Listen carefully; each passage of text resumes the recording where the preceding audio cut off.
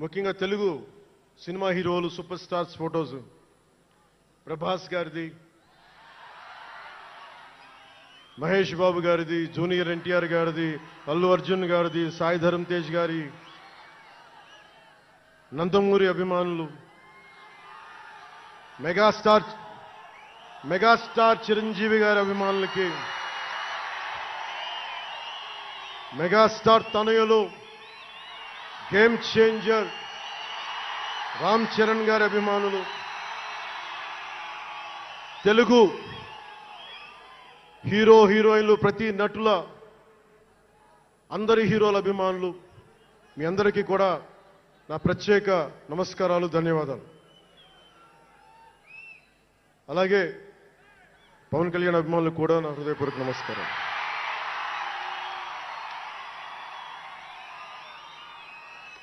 మద్దతు ఇచ్చిన జనసేనతో పాటు ఎన్డీఏ కూటమి పక్షాలైన తెలుగుదేశం, బీజేపీ నాయకులకు, కార్యకర్తలకు నా ప్రత్యేక ధన్యవాదాలు. అసలు మనం ఇంత ఘన విజయం సాధించాం. మనం కలిసి పోరాటం చేశాం, కష్టాలు ఉన్నప్పుడు చెయ్యనందించాం. అది గుర్తుపెట్టుకొని ఈ రోజున డిప్యూటీ ముఖ్యమంత్రి, ఉప ముఖ్యమంత్రిగా కలిసి ఒక వ్యక్తితో బలవంగా ప్రయాణం చేస్తా ఉన్నాను. 4 దశాబ్దాల సుదీర్ఘ అనుభవ రాజకీయ నాయకులు, హైటెక్ సిటీని రూపకల్పన చేసిన దార్శనికుడు, క్లేమోర్ మైన్స్ తోటి పేల్చేస్తే కింద పడితే దులుపుకొని మళ్ళీ రాజకీయాల్లో తిరిగి నెక్స్ట్ డే డ్యూటీలోకి వచ్చిన బలమైన నాయకుడు, శ్రీ గౌరవ ముఖ్యమంత్రి శ్రీ నారా చంద్రబాబు నాయుడు గారికి, వారి తనయులు శ్రీ నారా లోకేష్ గారికి నా హృదయపూర్వక ధన్యవాదాలు, నమస్కారాలు.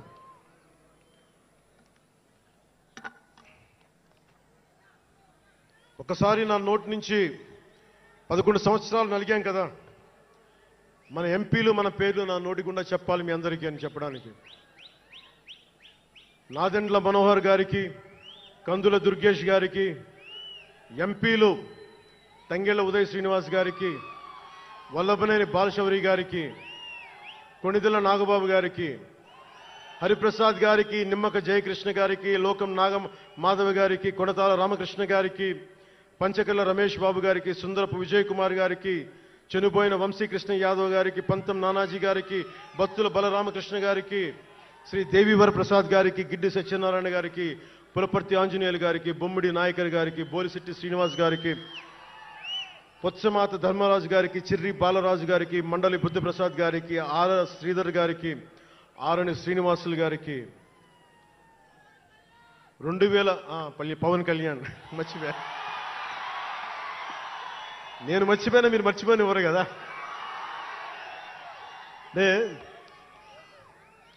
ఇది మనం 11వ సంవత్సరం, వారు 11కి అంకితం చేశాం.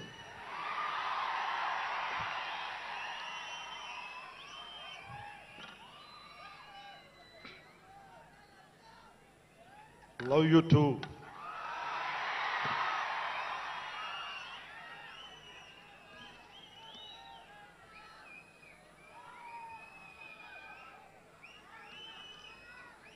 అలాగే ఈ సభకి పోలీస్ వ్యవస్థ మీకు తెలుసు, మనం ఎంత నలిగిపోయామో.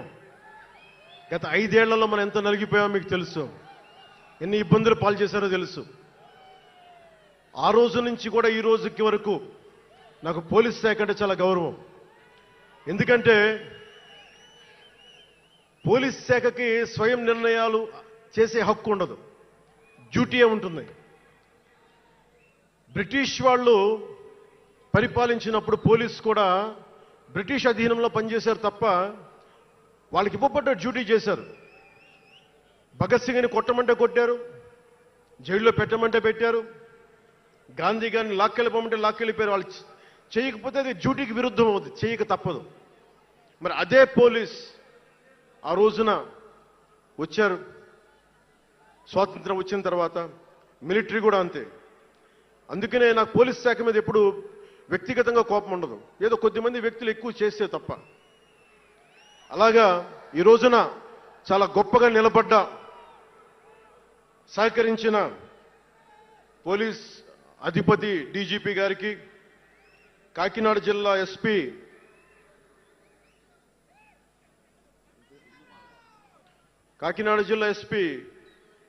బిందు మాధవ్ గారికి, కలెక్టర్ శ్రీ షణ్మోహన్ గారికి, రెవెన్యూ అధికారులకు, ఇతర పోలీస్ అధికారులకు, మున్సిపల్ అధికారులకు, బందోబస్తు డ్యూటీకి వచ్చి అన్ని జిల్లాల నుంచి వచ్చిన నలిగిపోయి ఎండలో ఉన్న నా కానిస్టేబుల్ సోదరులకు, ప్రతి ఒక్కరికి పేరు పేరున నా హృదయపూర్వక ధన్యవాదాలు, హృదయపూర్వక కృతజ్ఞతలు.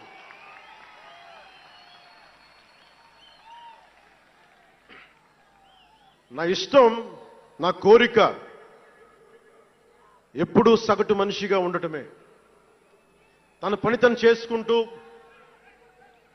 ఉండటం, ఎవరి జోలికి వెళ్లకుండా ఉండటం, బతికేయడం, తన కుటుంబం వరకు జీవితాన్ని కుదించడం, సగటు మధ్యతరగతి మనిషిగా బతకాలనేది నా కోరిక చిన్నప్పటి నుంచి.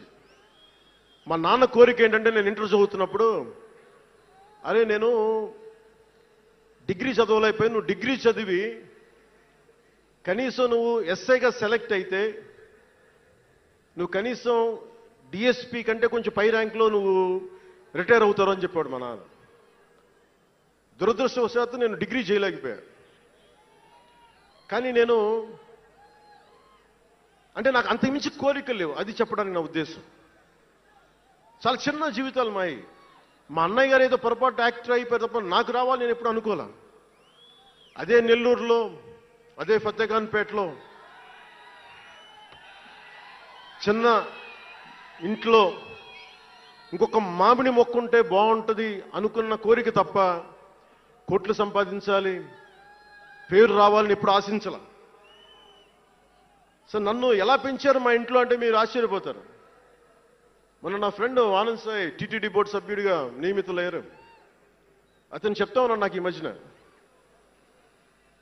నన్ను ఎలా పెంచారంటే మా ఇంట్లో అతని ఆనంద్ సాయి మాటల్లో,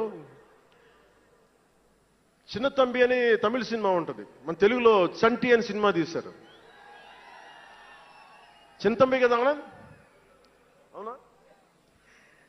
అందులో హీరోయిన్ ఎలా పెంచుతారు ఇంట్లో నుంచి బయటికి వెళ్లకుండా,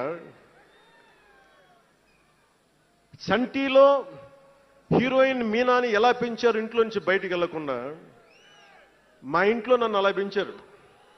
వీడి బయటికి వెళ్తే ఏమైపోతాడో, సున్నితమైన వ్యక్తి, వీడికి ఆస్తమా ఉంది, వీడికి ఇలాంటి పరిస్థితుల్లో నన్ను ఇంట్లో నుంచి కదలనివ్వకుండా, ఎక్కడికి వెళ్ళనివ్వకుండా, ఎక్కడికన్నా బయటికి వెళ్తే పంపించారు. ఒకరోజు చెన్నైలో నేను అన్నానగర్లో కంప్యూటర్ ప్రోగ్రామింగ్ కోర్స్ చేసేవాడిని ఒక సంవత్సరం పాటు. ఆ ప్రోగ్రామ్ ఫైనల్ చేసే పరిస్థితుల్లో టైం 10:30 అయింది, 10:30 రాత్రి. ఇంటికి వెళ్ళడం గంట లేట్ అయింది. అంటే మనం సాయంత్రం 6 గంటలకల్లా వెళ్ళిపోవాలి. ఆ రోజు 10:30కి వెళ్తే చెప్పా పెట్టకుండా, అంటే మన కొంచెం లేట్ అయింది ఎగ్జామ్స్ వల్ల. ఇంటికి వెళ్ళేటప్పటికి ఎలా ఉంది అంటే, ఇంట్లో ఆడపిల్ల వెళ్ళిపోతే ఇల్లు ఎలా ఉంటుందో, 10:30కి నేను ఇంటికి వెళ్తే మా అన్నయ్య షూటింగ్ నుంచి క్యాన్సిల్ చేసుకుని వచ్చేస్తా ఉన్నారు. మా వదిన ఇంట్లో హాల్లో ఉంది, మా నాగబాబు వీధి బయట తిరుగుతూ ఉన్నాడు. మొత్తం అందరూ ఏమైపోయాడు, ఎక్కడికి ఏమైపోయాడని. నేను ఎగ్జామ్ రాసి వస్తున్నాను, బస్సులు దొరకలేదు నాకు, 2 బస్సులు మారి రావాలని చెప్పాను. నాకు కార్లు లేవు ఆ టైంలో. అంటే అలాంటి నన్ను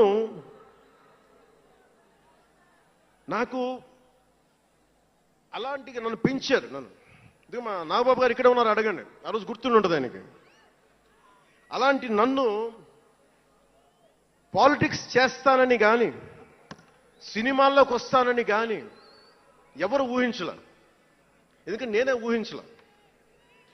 పోనీ 18 ఏళ్ల వయసులోనో 20 ఏళ్ల వయసులోనో 10:30కి లేటుగా వచ్చామంటే ఒక అర్థం ఉంటుంది. అక్కడమ్మాయి ఇక్కడ అబ్బాయి, గోకులంలో సీత, సుస్వాగతం, తొలి ప్రేమ చేస్తున్న సమయంలో మేబీ తొలి ప్రేమ ముందు అటో ఇటో. సంగీత్ థియేటర్లో, హైదరాబాద్ సంగీత్ థియేటర్లో క్లింట్ ఈస్ట్వుడ్ నాకు ఇష్టమైన హీరో, అతను సినిమాకి వెళ్ళా. బ్రిడ్జెస్ ఆఫ్ మాడిసన్ కౌంటీ అని ఒక ఇంగ్లీష్ నవల్ ఆధారంగా తీశారు. అది నాకు ఇస్తుంది ఆ నవల్. సో ఎలా తీశారని చెప్పి నేను షూటింగ్ రిలీజ్ కూడా అయిపోయినట్టుంది తొలి ప్రేమ. నేను నా ఫ్రెండ్ ఆనంద్ సాయిని, హరీష్ పాయిని, ఇంకో ఇద్దరు ముగ్గురితోటి సెకండ్ షోకి వెళ్ళా. సెకండ్ షోకి వెళ్ళి ఇంటికి వస్తే కింద మా నాన్న, ఇంట్లో పైన రూమ్లో పడుకోవాల్సిన మా నాన్న కింద కుర్చీ వేసుకొని ఓ నీల్ కమల్ చైర్ వేసుకొని నా కోసం వెయిట్ చేస్తా ఉన్నాడు. ఎక్కడికి రా వెళ్ళామని. షూటింగ్ అన్నాడు. షూటింగ్ అన్నాడు, సినిమాకి వెళ్ళానంటే ఆయన ఎట్లా తిట్టాడంటే నన్ను నేను చాలా తప్పుడు పనులు చేసేస్తున్నట్టుగా, ఏదో బార్లో కూర్చొని తాగేసినట్టుగా. నేను అప్పటికి కొంచెం గుండె ధైర్యం తెచ్చుకొని చెప్పాను, అక్కడ మా నాన్నంటే భయం. చిన్నప్పుడు చాలా కొట్టేవాడు మా నాన్న మమ్మల్ని. ఆ భయం నన్ను కొట్టింది తక్కువ కానీ మా అన్నయ్యని కొట్టింది ఎక్కువ. సో ఎముడికి మొగుల్లో ప్రసాద్ బాబు ఉంటాడు. చిరంజీవి గారు పక్క వ్యక్తిని కొడితే ఇతను లైన్లోకి వచ్చేస్తాడు. అక్కడ నేను డిసిప్లిన్లోకి వచ్చాను. అట్లాగే వీళ్ళని కొడితే నేను డిసిప్లిన్లోకి వచ్చాను. నాకు ఆయన కొట్టక్కర్లేదు, నేను డిసిప్లిన్గా ఉంటానని. సో నాకు మా నాన్న చూడగానే భయం వేసింది. కొడతాడా గబుక్కున బాగుండదేమో అనుకునేవాడు. నేను చెప్పాను కొంచెం బలం తెచ్చుకొని. 3 సినిమాలు హిట్లు వచ్చినాయి, 4వ సినిమా రిలీజ్ అయ్యి హిట్ అయింది తొలి ప్రేమ. నానా నేను హీరో నన్న సంగతి కూడా మర్చిపోకు, నువ్వు అర్థం చేసుకో అని చెప్పాను. ఇంకా ఎక్కువ తిట్టాడు. అంటే మా నాన్న తిట్లు ఎలా ఉన్నాయంటే చెప్పలేను. కానీ ఈ అర్ధరాత్రి అపరాత్రి తిరుగుళ్ళు ఏంట్రా, ఈ సెకండ్ షోలకి వెళ్ళడం ఏంటి, ఏదో హీరో అయ్యావు అయితే అన్ని లిఫ్ట్ చేసేస్తావా అని తల ఉంచుకొని పైకి వెళ్ళిపోయాడు. అంటే అలాంటి నేను ఇన్ని కోట్ల మందికి సంబంధించిన పాలిటిక్స్ చేయాలంటే భగవంతుడు రాసిన రాత కాకపోతే నేను కోరుకున్నదా కాదు అది.